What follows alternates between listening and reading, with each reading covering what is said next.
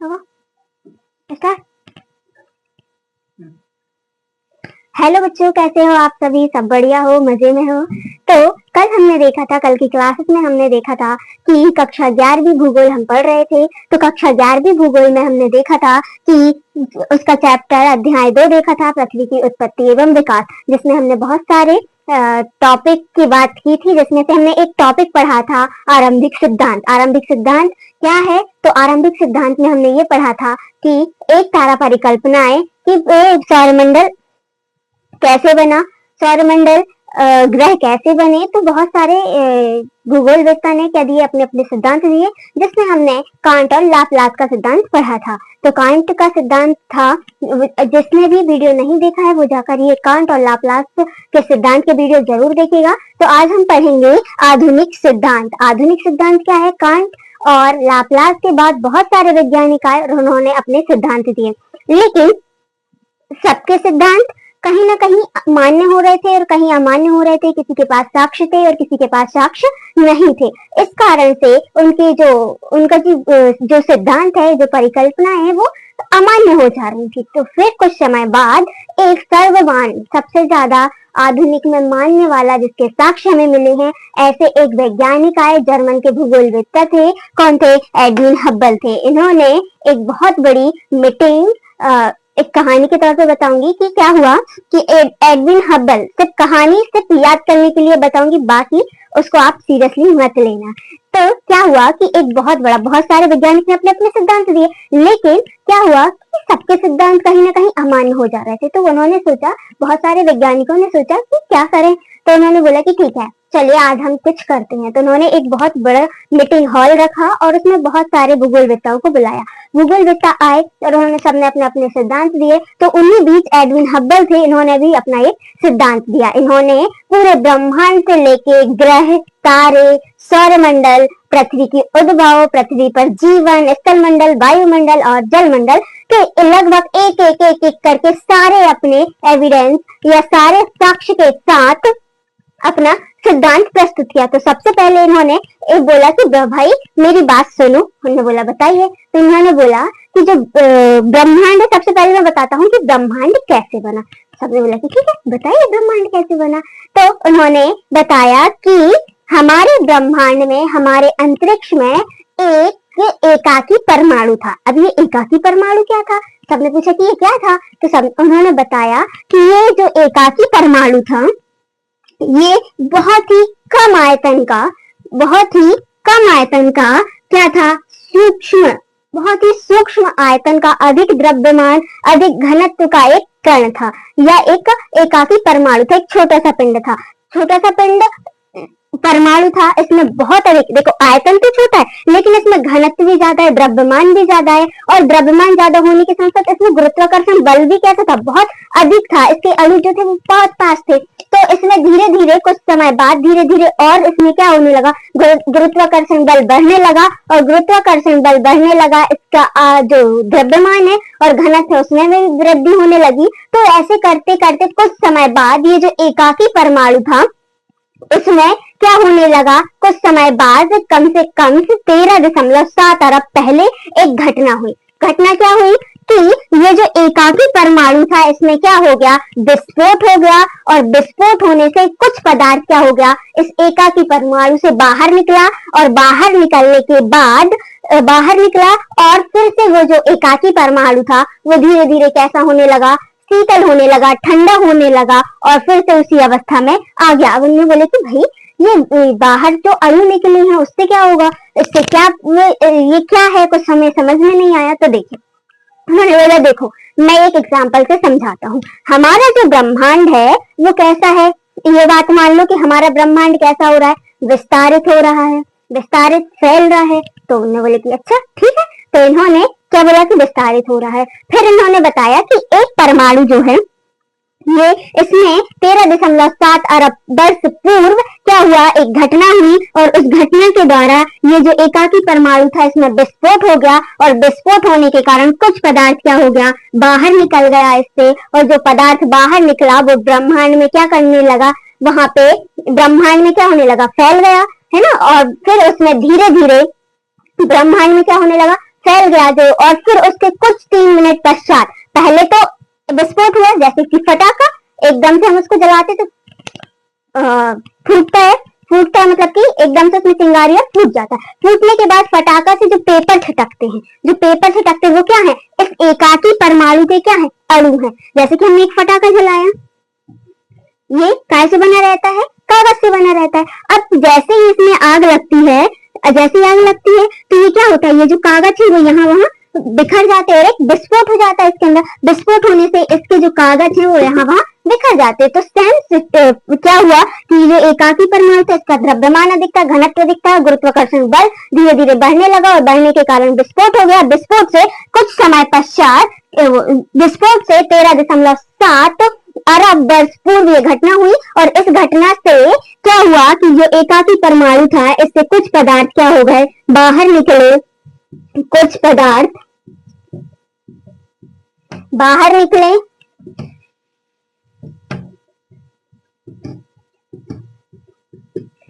ठीक है। ये घटना कब हुई, जब ये विस्फोट हुआ तो ये 13.7 अरब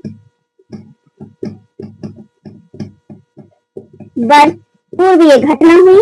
तो जब ये घटना हुई कुछ पदार्थ बाहर निकला, उसके कुछ समय पश्चात करीब 3 मिनट पर ये जो एक कुछ पदार्थ निकला, ये सिर्फ कितने में निकला था, 1 सेकंड में निकला था। कब निकला था, 1 सेकंड के अल्पांश में। 1 सेकंड के अल्पांश में क्या निकला, कुछ पदार्थ बाहर निकले, और उसके 3 मिनट पश्चात, तब 3 मिनट पश्चात क्या निकला कि वहां से कुछ अणु निकले, कुछ ऐसी चीज निकली, कुछ अणु निकले, और उससे क्या हो गए, वो जो अणु थे, जो परमाणु थे, उनमें क्या क्या था, जो पदार्थ पहले तो सबसे पहले कुछ पदार्थ बाहर निकले 1 सेकंड के अल्पांश में, फिर उसके बाद 3 मिनट के पश्चात इससे कुछ परमाणु निकले, जैसे कि इलेक्ट्रॉन, प्रोटॉन, न्यूट्रॉन आदि। ऐसे जो परमाणु निकले, फिर इसके बाद धीरे धीरे जो एकाकी परमाणु था वो क्या होने लगा, शीतल होने लगा, और शीतल होते होते कुछ समय बाद ये क्या होने लगा, इसके जो परमाणु है वो क्या होने लगे, एकत्रित होने लगे। ठीक है, सबने बोला कि अच्छा ऐसा है, इसके क्या परमाणु। तो सबसे पहले उन्होंने बोला कि जो एडमिन साहब ने बोला कि हमारा ब्रह्मांड कैसा हो रहा है, विस्तारित हो रहा है। क्या हो रहा है, विस्तारित हो रहा है।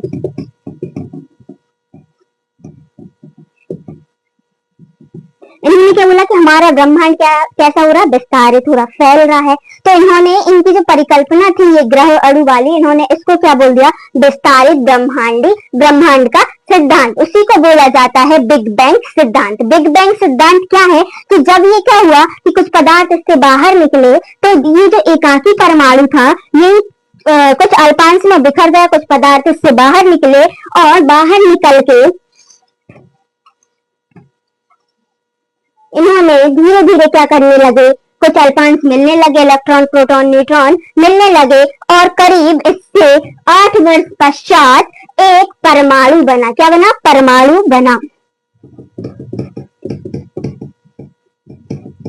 जिसको क्या बोलने लगे हम, हाइड्रोजन बोलने लगे। हाइड्रोजन कोई इलेक्ट्रॉन के बाद 8 वर्ष पश्चात क्या बन गया, एक परमाणु बना, हाइड्रोजन।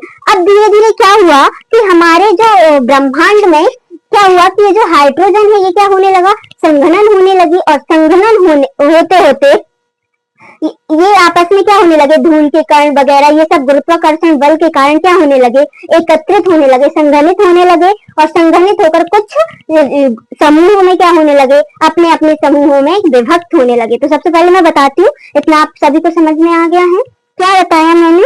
अब मैं एक डायग्राम बनाती हूँ, तब तक आप ये नोट कर लीजिए।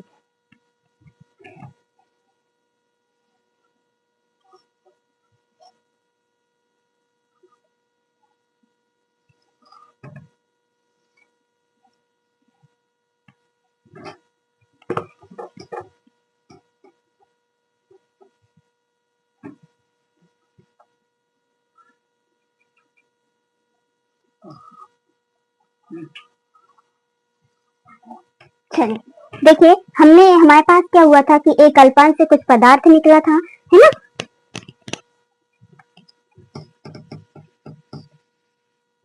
इस एकाकी परमाणु में विस्फोट हुआ। कब हुआ? 13.7 अरब वर्ष पूर्व हुआ। और इस एकाकी से कुछ परमाणु निकले और उस परमाणु इलेक्ट्रॉन, प्रोटॉन, न्यूट्रॉन, प्रोजेक्ट्रॉन, है ना, 3 मिनट पश्चात ये परमाणु निकले। इतना हमने देख लिया था।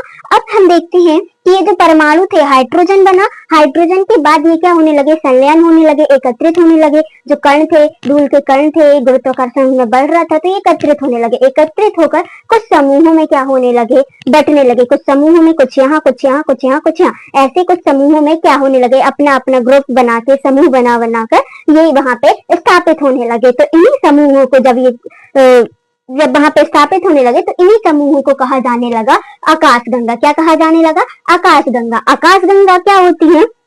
आकाशगंगा में बहुत सारे क्या होते हैं? तारे होते हैं, सौरमंडल होता है, बहुत सारी और वो बहुत सारे ऐसे तारे होते हैं, बहुत सारे ऐसे ग्रह होते हैं जो उसकी परिक्रमा करते हैं। ये होता है आकाशगंगा। तो उन्होंने बताया कि ऐसे से हमारी क्या बन गई? आकाशगंगा बन गई। अब जैसे ही ये हाइड्रोजन बनना, आकाशगंगा बनी, तो हमारी जो आकाशगंगा है, हम अगर ब्रह्मांड को देखते हैं तो ब्रह्मांड में क्या हो रहा है कि हमारी जो आकाशगंगाएं हैं वो कैसी हो रही? धीरे धीरे क्या हो रही है? फैल रही है। अब बोले फैल रही, ये कैसे समझाएंगे? तो उन्होंने बोला कि देखो भाई साहब, उन्होंने एक गुब्बारा लाया, उस पे एक डॉट लगाया गुब्बारे में और गुब्बारे को फुलाया।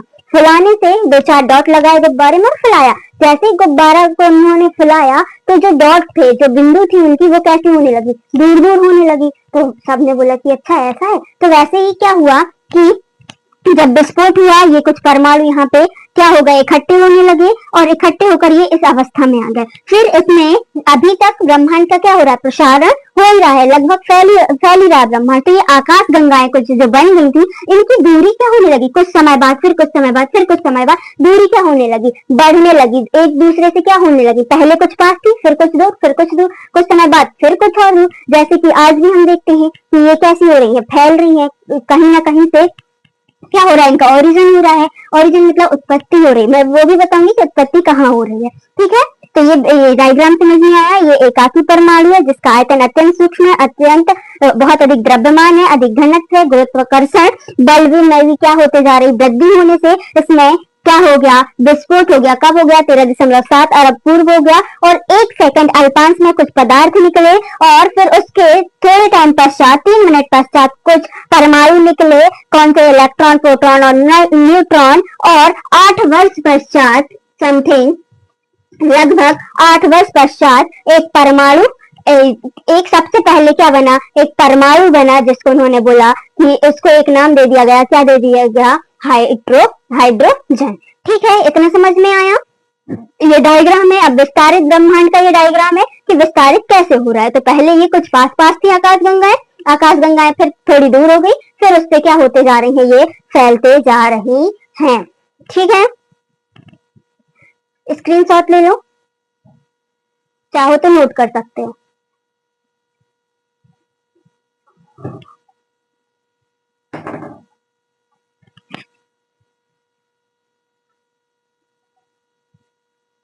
हम देखते हैं कि तारों का निर्माण कैसे हुआ। अब हमारे पास, हमने इससे पहले देखा था कि हाइड्रोजन, हमें एक परमाणु मिल गया था। एक परमाणु, सबसे पहले हाइड्रोजन परमाणु बना था, ये देख लिया था। अब जो हाइड्रोजन परमाणु था वो क्या था कि धीरे जो धूल के कण, जो पदार्थ बाहर निकला था, जो परमाणु बाहर निकले थे, वो धीरे धीरे क्या होने लगे? एकत्रित होने लगे। और वहां पे क्या होने लगा? नाभिकीय संलयन होने लगा। अब ये क्या है नाभिकीय संलयन? तो वहां पे हमें एक परमाणु बना था, जिसे हमने बताया था हाइड्रोजन। मैं पूरा लिख देती हूँ। हाइड्रोजन। हाइड्रोजन क्या था? ये नाभिकीय संलयन की प्रक्रिया में क्या होता है कि ये काय में परिवर्तित हो जाता है? ये हीलियम में परिवर्तित हो जाता है ना। जब ये हीलियम में परिवर्तित हो जाता है तो वहां पे ये जब हाइड्रोजन, तो इसमें तारों का निर्माण कैसे हुआ? हमने देखा था कि हाइड्रोजन कैसे बनी। हाइड्रोजन के बाद हाइड्रोजन काय में परिवर्तित होने लगी? हीलियम में परिवर्तित होने लगी, जिसको बोलते हैं नाभिकीय संलयन। जब हाइड्रोजन हीलियम में परिवर्तित होने लगी तो वहां पर क्या आने लगा? वहां पर ऊष्मा आने लगी। ऊष्मा आने से जो धूल के कण थे वो कैसे होने लगे? एकत्रित होने लगे। और एकत्रित हो गए, ऊष्मा आ गई और एक बहुत बड़ा एक केंद्रीय भाग का निर्माण हुआ। बहुत तेज ज्वाला से ज्वाला टाइप का जो हमें आज सूर्य दिखते हैं वो बहुत अधिक तापमान वाले, इतनी ऊर्जा उत्सर्जित हुई इससे कि ये जो धूल के कण थे ये इनमें इतनी ऊर्जा हुई कि ये धधकता हुआ, जैसा अभी हमें सूर्य दिखाई देता है वैसे धधकता हुआ लावा का निर्माण हुआ, और इससे ही हम जो हमें तारे दिखते हैं, जो हमें अभी धधकता हुआ एक गोला दिखता है, उसी को हमने क्या कहने लगे, तारे कहने लगे। और ये प्रक्रिया आज से लगभग 5 से 6 अरब वर्ष पूर्व घटित हुई थी।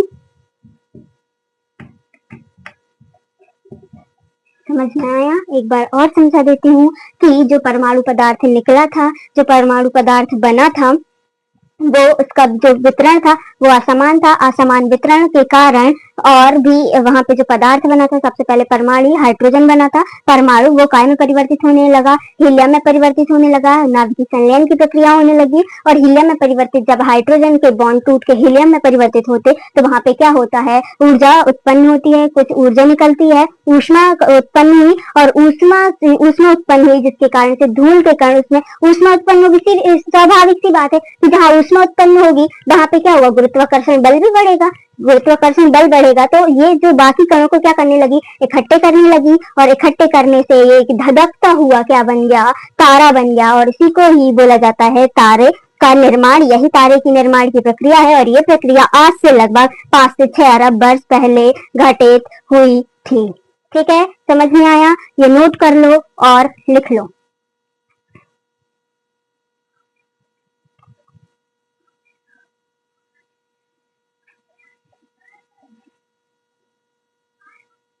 तारों के निर्माण के बाद अब हम देखेंगे कि ग्रहों का निर्माण कैसे हुआ। एडविन हबल साहब ने जो तारों के निर्माण के बाद उन्होंने ग्रह निर्माण की प्रक्रिया को भी समझाया, क्या इस सिद्धांत में बताया कि ग्रह कैसे बने। तो देखेंगे कि सबसे जैसे कि ग्रह बने तो तारे बने, तो तारों में क्या हुआ कि हमने देखा कि ऊष्मा उत्पन्न है, ऊष्मा से क्या बन गया, एक धधकता हुआ क्या बन गया, गोला बन गया, धधकता हुआ एक पिंड बन गया, जिसको ही हमने तारा बोल दिया। अब क्या हुआ कि कुछ समय पश्चात लगभग 4.8 तो 4.8 अरब वर्ष पहले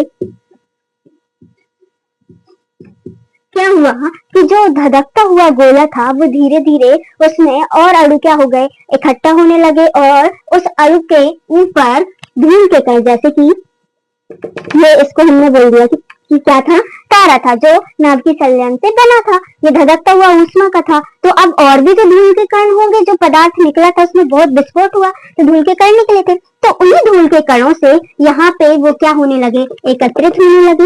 वो धूल के कण क्या होने लगे, आकर आकर्षित होने लगे, इससे गुरुत्वाकर्षण उनको खींच कर लाया और यहाँ पे क्या कर दिया, इकट्ठा कर दिया। और इकट्ठा करने के कारण अब ये देखो, ये इकट्ठे हो गए धूल के कण, यहाँ आसपास इसके क्या हो गए, इकट्ठे हो गए। इकट्ठे करने से यहाँ पे ये तो केंद्र बन गया, क्रोड बन गया, जो तारा था वो क्या बन गया, क्रोड बन गया, है ना, क्रोड का निर्माण हो गया यहाँ पे। अब जो क्रोड बन गया या केंद्र बन गया, फोकस बन गया, तो यहाँ पे जो ये ग्रह जो धूल के कण थे ये क्या होने लगे, ये पहले तो ये इसमें आकर्षित हुए, और आकर्षित होने से क्या होने लगे कि ये धीरे धीरे एक यहाँ पे छल्ला नुमा, तस्करी नुमा क्या बन गई, आकृति बन गई। और अब देखो, इसके पास तो गुरुत्वाकर्षण बल है, इन कणों के पास भी तो गुरुत्वाकर्षण बल होगा, है ना। तो इसके कारण ये क्या हुआ कि जो तस्करी बनी थी, इसको हमने बोल दिया क्या बन गई, ये तस्करी बन गई। और ये जो तस्करी थी, ये छलन जो आकृति थी, इसमें जो धूल के कण थे उनके पास भी क्या था, गुरुत्वाकर्षण बल था। गुरुत्वाकर्षण बल से ये जो धूल के कण थे ये आपस में क्या होने लगे, इकट्ठे होने लगे, और इकट्ठे होकर ये काय में परिवर्तित हो गए। ये इनका जो तारा था वो इनका क्रोड हो गया, और जो छोटे छोटे जो धूल के कण थे, जो तस्करी नुमा आकृति थी, वो क्या होने लगी, छोटे छोटे गोलों में क्या होने लगी, विभक्त हो गई। क्या हो गई, विभक्त हो गई। मतलब उन्होंने बताया कि जो तस्करी नुमा करती थी, इन धूल के कणों के पास भी क्या था, गुरुत्वाकर्षण बल था। गुरुत्वाकर्षण बल से इनमें आपस में क्या करने लगे, कुछ कण को इकट्ठे करके क्या करने लगे, एकत्रित होने लगे, और एकत्रित होते होते ये अनेकों गोलों में क्या हो गए, विभक्त हो गए। इन्हीं गोलानुमा आकृति को उन्होंने बोला कि ये कैसे हो गए, इन्हीं को उन्होंने बोला ग्रहाणु बन गए। क्या बन गए, ग्रहाणु बन गए। मतलब अणु इकट्ठे होके क्या बन गए, ग्रहाणु बन गए। ठीक है, तो इसी प्रकार हमारे क्या हुआ, ग्रहों का निर्माण हुआ। अब हमारे पास कितने ग्रह हैं, सौर मंडल क्या है, इसको हम देखेंगे, तब तक के लिए ये नोट कर लो। के बाद अब हम देखते हैं सौरमंडल को। सौरमंडल, हमारा सौरमंडल कुछ इस प्रकार से दिखता है, जिसमें हमारे पास कितने ग्रह, पहले कितने ग्रह थे, 9 ग्रह थे, है ना। फिर अभी के टाइम पर हमारे पास कितने ग्रह हैं, 8 ग्रह हैं, जिसमें लास्ट वाला जो ग्रह था उसको हमने वो हमारा जो सौरमंडल उसकी कक्षा से हमने बाहर कर दिया, क्योंकि सूर्य से अधिक दूरी होने के कारण उसको हमने बौना ग्रह कह दिया। क्या कह दिया? बौना ग्रह। ठीक है, अब हम देखते हैं कि चंद्रमा का निर्माण कैसे हुआ या उपग्रह का निर्माण कैसे हुआ। तो उन्होंने बताया, किसने बताया? एडविन हब्बल साहब ने बताया। ये चीज भी उन्होंने बताई कि अंतरिक्ष में जो हमारी पृथ्वी थी वो पहले ऐसा आकृतिनुमा थी, फिर कोई एक अन्य पिंड आया और वो इसको विभक्त करते हुए कहाँ चला गया? नीचे गिर गया, जिसके कारण से ये 2 भागों में, अच्छे से बताती हूँ डायग्राम बनाकर।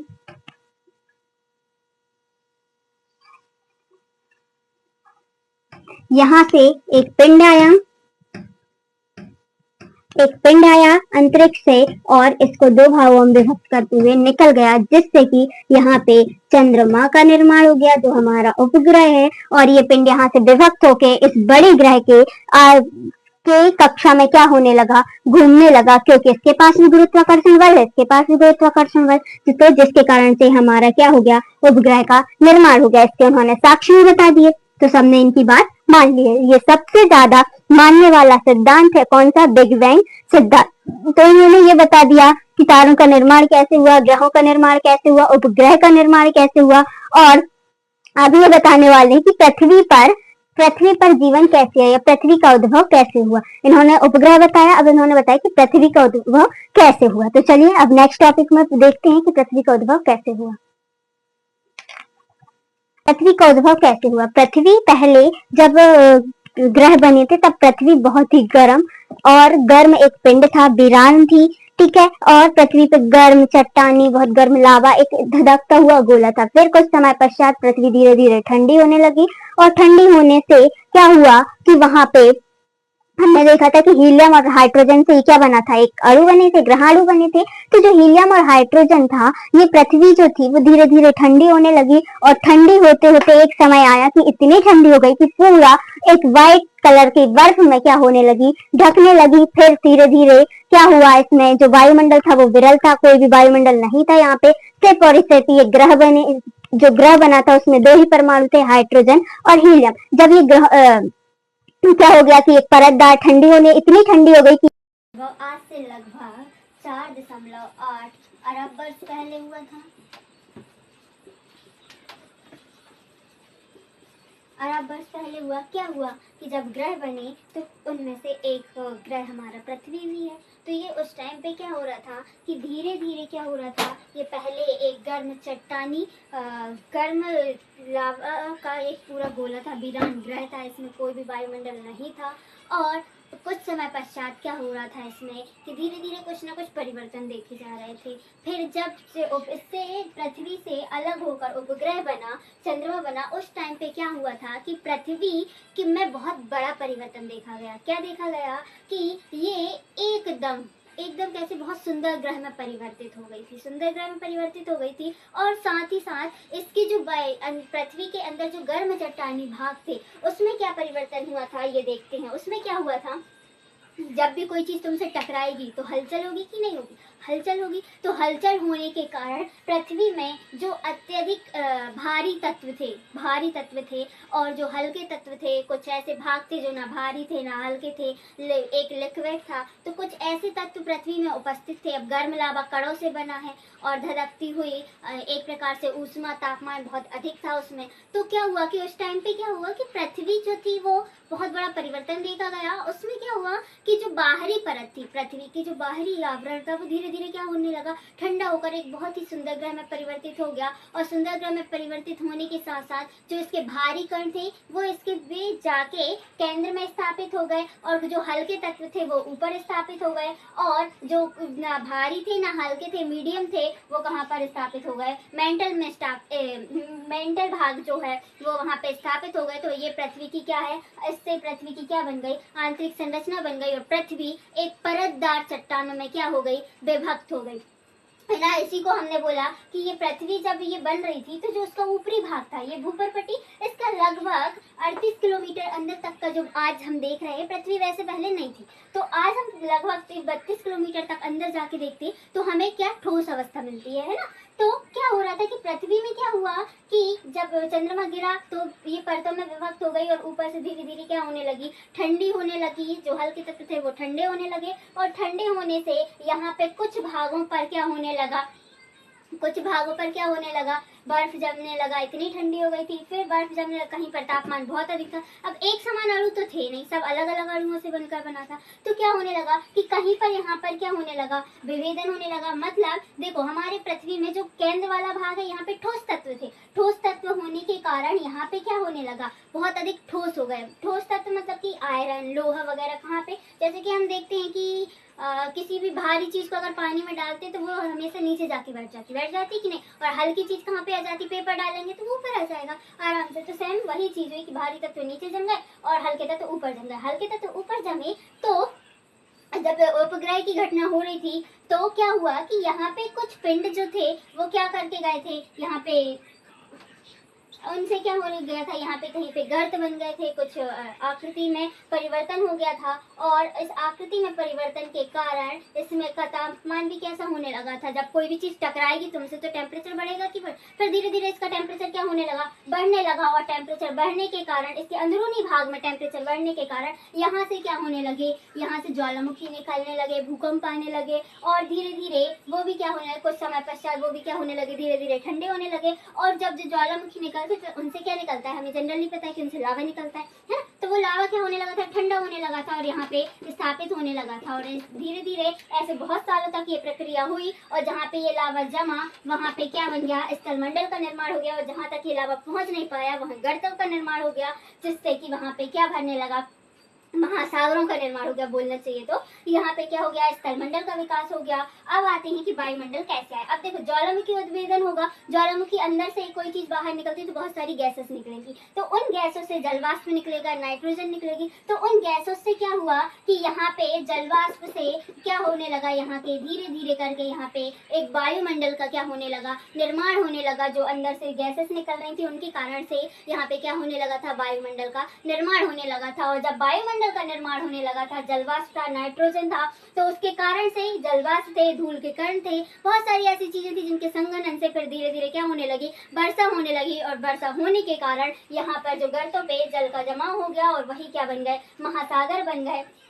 और इसी को उन्होंने बोलिया कि धीरे धीरे क्या होने लगा, जल मंडल का यहाँ पे क्या होने लगा, विकास होने लगा। ठीक है, इतनी बात समझ में आई सभी को, आ गई होगी। पृथ्वी की आंतरिक संरचना को हम कल के वीडियो में देखेंगे कि इसकी परतों की क्या विशेषताएं, कितनी परतें पाई जाती हैं, और साथ ही साथ इस चैप्टर के क्वेश्चन आंसर भी साथ में हल करेंगे। तब तक के लिए मेरे चैनल पर जरूर बने रहिएगा, और मेरे चैनल को सब्सक्राइब कीजिएगा, लाइक कीजिएगा, और अपने दोस्तों को शेयर जरूर कीजिएगा। Bye bye. पृथ्वी की आंतरिक संरचना को हम कल के वीडियो में देखेंगे कि इसकी परतों की क्या विशेषताएं, कितनी परतें पाई जाती हैं, और साथ ही साथ इस चैप्टर के क्वेश्चन आंसर भी साथ में हल करेंगे। तब तक के लिए मेरे चैनल पर जरूर बने रहिएगा, और मेरे चैनल को सब्सक्राइब कीजिएगा, लाइक कीजिएगा, और अपने दोस्तों को शेयर जरूर कीजिएगा। Bye bye.